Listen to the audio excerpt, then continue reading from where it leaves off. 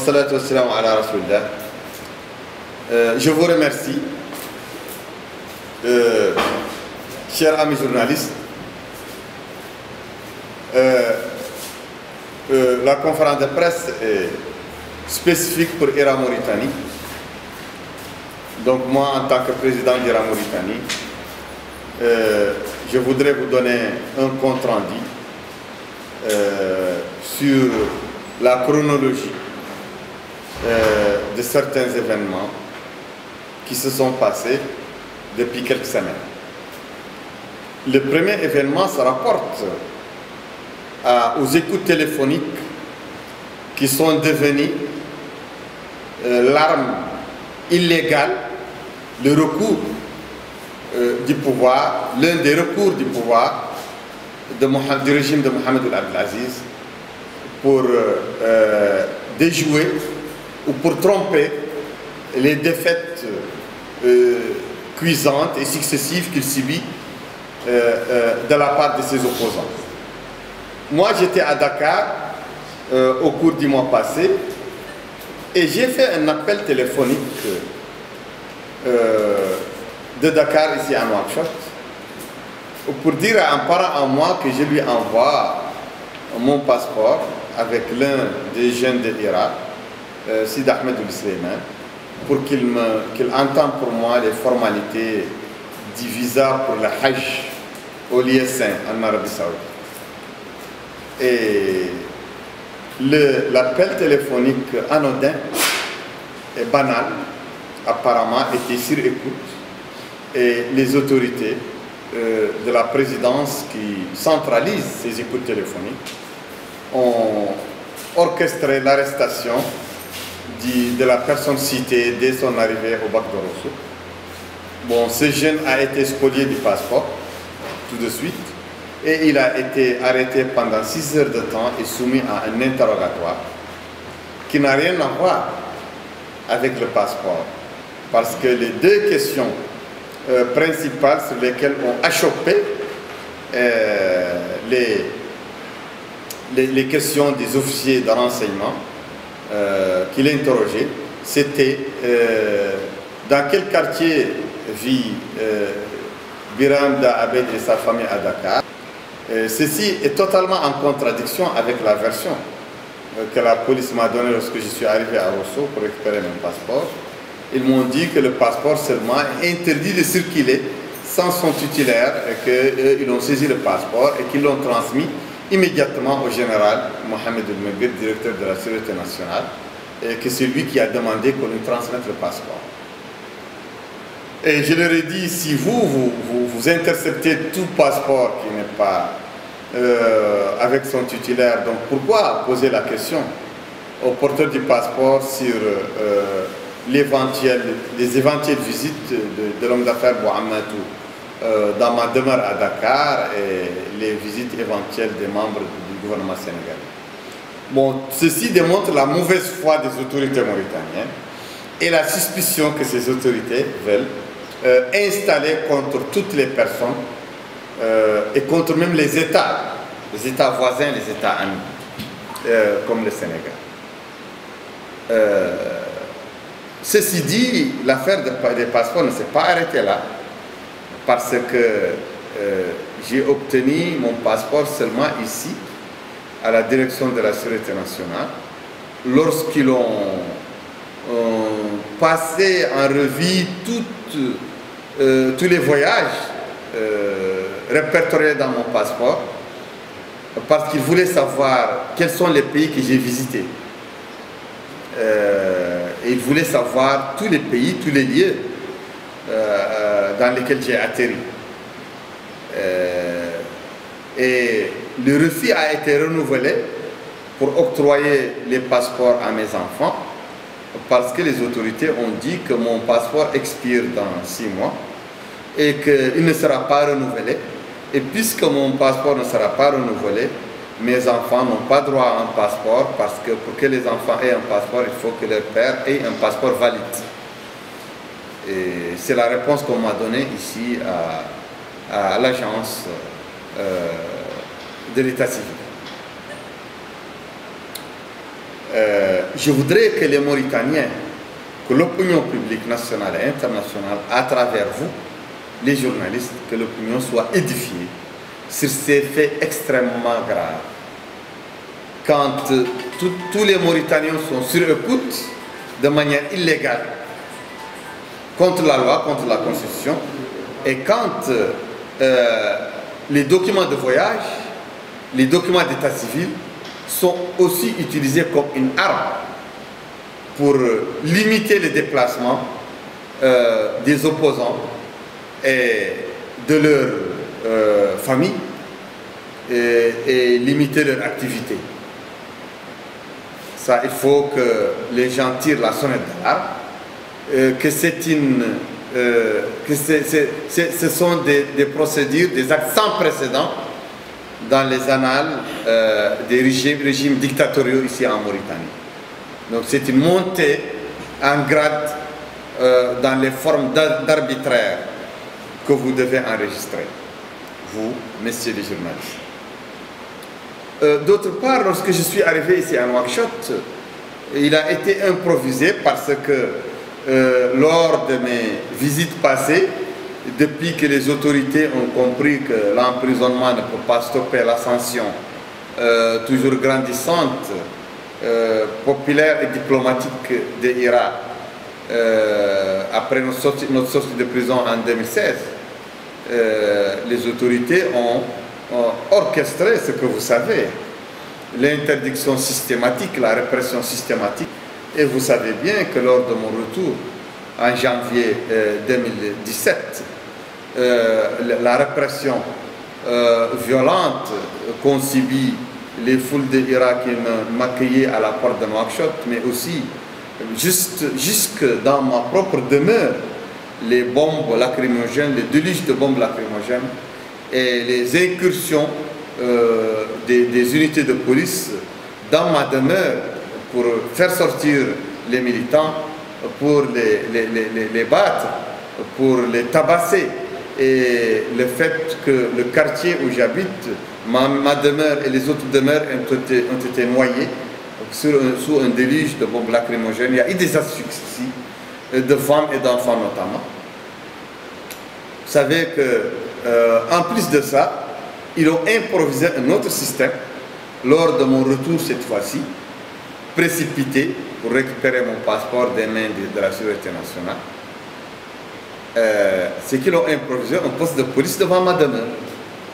Et le poste de police épie toutes les personnes qui viennent, les voitures. Et ils ont des indicateurs qui font partie du commande des Mauritaniens, qui entrent comme les Mauritaniens normaux qui viennent rendre visite dans la valse des citoyens qui viennent dans la maison, que connaît la maison chaque jour et chaque nuit. Et ces indicateurs viennent et reviennent à ce poste de police pour donner des comptes rendus. C'est pourquoi beaucoup de mes hôtes de marque, de mes visiteurs de marque, n'osent plus s'aventurer à la maison. N'osent plus s'aventurer à la maison et ils ont peur d'être fichés, d'être mouillés, d'être poursuivis. Et là, c'est un indicateur encore beaucoup plus grave. Et comme vous le savez, les incursions fréquentes de la police dans ma maison, c'est ce qui a causé que je décide un peu que les enfants traumatisés s'écartent, mes enfants s'écartent à Dakar pour pouvoir vivre une vie normale et avoir une scolarité normale. Parce que c'était impossible pour eux d'avoir une vie normale ici, dans la maison qui est la cible des attaques sporadiques de la police mauritanienne.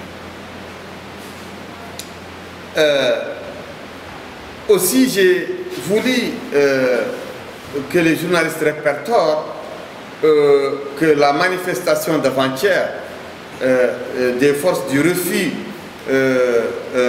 des amendements anticonstitutionnels, du coup d'État constitutionnel, que j'ai été particulièrement visé par les pelotons de la garde qui ne m'ont pas donné le temps de souffler, parce qu'à chaque bombe asphyxiante qui s'éclate sur mon corps ou sous mes pieds avant que je ne puisse retrouver la respiration. L'officier de la garde ordonne encore une autre bombe. Et c'est ce qui a causé que j'ai perdu totalement connaissance. Et ceci est un ciblage. Et lorsque j'ai été hospitalisé dans ma chambre d'hospitalisation, où j'ai été hospitalisé pendant 4 heures de temps, un officier de police notoirement tortionnaire qui est fiché par les détenus d'opinion, par les détenus de l'Irak qui ont subi la torture et qui est sur la liste des officiers qui sont sous le coup de la plainte de l'Irak et des personnes victimes de torture en Europe et en Amérique. Celui-là est entré, a fait le forcing pour entrer, a forcé la porte contre le gré des infirmiers et des médecins. Il est venu m'entourer avec à peu près 20 éléments armés jusqu'aux dents et il a voulu me passer un interrogatoire sur les lits, sur mon lit, dans l'hôpital. Et il y a ici les vidéos, les photos qui illustrent cet acte odieux de violation de la sacralité des hôpitaux, de la sacralité des patients. Et j'ai catégoriquement refusé de lui répondre. Il s'appelle Hassan Oussambe. Il est là, il est connu par tous. Et c'est après mon refus catégorique qu'il a sorti pour s'en prendre aux militants dehors, les tabasser, les inonder, alors que ce sont des personnes qui sont venues s'enquérir de ma santé. Je voudrais aussi que cette violation soit encore enregistrée et soit encore ventilée et connue, parce que là, c'est encore des degrés, des montées en grade dans les formes d'arbitraire et d'ignorance des droits, de mépris des droits, de mépris de la bienséance, de mépris de la moralité. Donc, c'est là où nous conduit le régime de Mohamed El Abdelaziz. Aussi, je voudrais vous dire que hier, j'ai fait une visite de soutien aux sénateurs retranchés au sein de l'enceinte du Sénat mauritanien, dans le cadre de leur refus du coup d'État constitutionnel et dans le cadre de leur résistance contre l'arbitraire, contre le passage en force du coup d'État constitutionnel par un vote illégal, le vote d'aujourd'hui. Et j'ai apporté mon soutien aux sénateurs que j'ai comparé aux représentants de la France à la veille de la révolution de 1789, qui ont résisté dans la cour de Versailles, dans le parlement de Versailles, qui ont résisté à l'arbitraire du roi, ce qui a fait éclater par la suite la révolution française et la déclaration des droits. Je voudrais dire que j'ai entendu et je suis choqué, comme tous les Mauritaniens, et été sidéré par la grossièreté, l'immoralité et des invectives, des insultes que Ould Abdelaziz a assénées avant-hier aux sénateurs, traités de tous les noms. Notamment, Aziz les a traités qu'ils sont des corrompus, qu'ils sont des chasseurs de primes. Moi, j'ai voulu lui dire que c'est lui le chasseur de primes. Et que les déclarations, que la communication, dite communication de Accra, avec la mafia transnationale, illustre sa chasse aux primes, sa chasse à l'argent illicite. Et je peux bien encore illustrer tout ça par le fait que les sénateurs, dont il se plaint de leur coût, que son épouse, ses enfants, chacun à lui seul, coûte à l'État mauritanien plus que 20 ou 25 sénateurs. Et les sénateurs s'acquittent d'un devoir vis-à-vis du peuple, vis-à-vis de l'État, vis-à-vis du pays et ont droit à une rémunération. Et son clan familial, il s'arroge des milliers de fois plus que les sénateurs, alors qu'il ne s'acquitte de rien vis-à-vis de l'État, vis-à-vis du pays. Je vais lui dire qu'il peut berner avec ça, avec ses dires, avec ses grossièretés, avec ses bobards, les laudateurs qui l'entourent, mais pas les Mauritaniens, mais pas le peuple mauritanien, mais pas les Mauritaniens dignes. Et je voudrais qu'il sache que le pillage, la corruption, le bradage des richesses du pays à son compte personnel, pour le compte de sa famille, pour le compte de ses proches, tout ceci est dans le collimateur des Mauritaniens et dans le collimateur de l'Irak et dans le collimateur du G8, du regroupement des institutions civiles et politiques de défense et de barrage contre les amendements anticonstitutionnels. Je voulais aussi vous informer qu'on a fait un tour dans les bureaux ce matin. On veut prendre tout le monde à témoin, les journalistes, les observateurs, les missions diplomatiques, le peuple mauritanien, que les bureaux de vote sont vides. Que les bureaux de vote sont vides. Et vous pouvez le constater. Et on veut que tout le monde compare ce qui sépare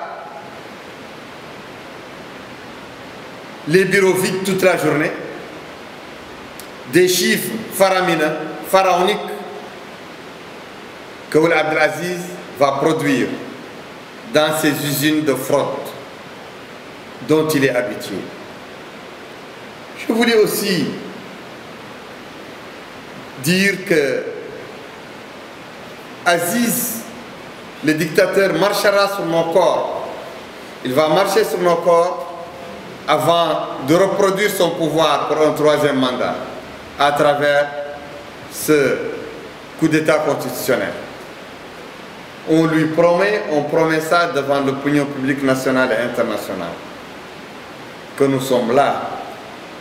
Et c'est par nos corps, c'est au-dessus de nos corps sans vie que lui, il va passer à un troisième mandat pour lui ou pour l'un de ses sbires.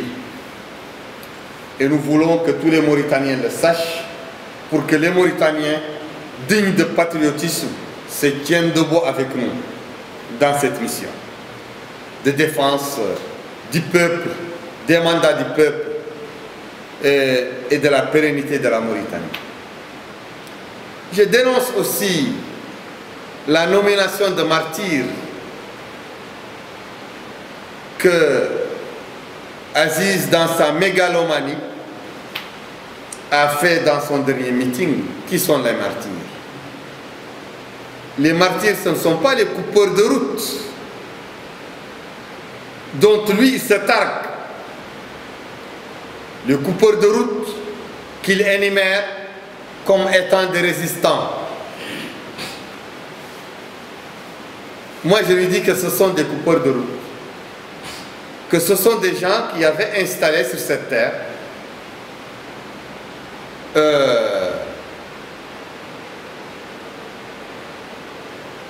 la loi de la jungle, la loi du plus fort, l'esclavage, les razzias. les guerres tribales, les guerres ethniques, les vendettas, les règlements de compte, le désordre total, l'insécurité. C'était leur pouvoir, c'était leur régime, c'était leur système. Et nous, on appuie, on soutient et on fête les personnes qui ont facilité la colonisation française ici, malgré cet art, malgré ces hypocrisies. La colonisation française, malgré ces fourberies, on se félicite des gens qui ont facilité ici l'ancrage de l'État, l'existence de l'État, l'existence de l'ordre, la fin des guerres tribales. Et ces coupeurs de route ne sont pas nos martyrs, ne sont pas les martyrs de la Mauritanie, ce sont les martyrs de l'extrême droite, esclavagiste, obscurantiste, raciste et xénophobe, qui est dignement représenté par Ould Abdel Aziz et son régime.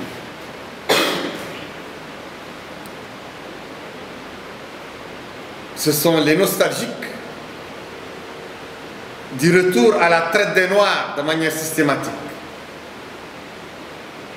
Ce sont eux qui fêtent ces coupeurs de route comme martyrs. Nos martyrs à nous, ce sont les martyrs qui sont tombés sur le champ de la lutte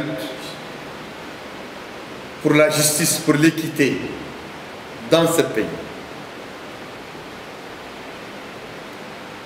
J'ai parlé de Ten Youssouf Gueye, j'ai parlé d'Abdel Koudous, Abdel Koudous, j'ai parlé de Tafsirou Diogo et bien d'autres, la liste est longue. Nos martyrs à nous sont les rescapés des luttes pour la dignité humaine, pour les droits. Ce sont ces gens, ce sont ces victimes qui sont nos martyrs. J'ai voulu faire cette réplique pour la justice, pour la mémoire des vrais martyrs qui n'ont pas été cités. Et c'est tout à fait à leur honneur, ces martyrs, ces vrais martyrs, qu'une personne comme Mohamed Ould Abdel Aziz ne puisse pas les citer. Ce n'est qu'à leur honneur. Je voudrais aussi que ceci soit noté comme position de Iran Mauritanie et je vous remercie.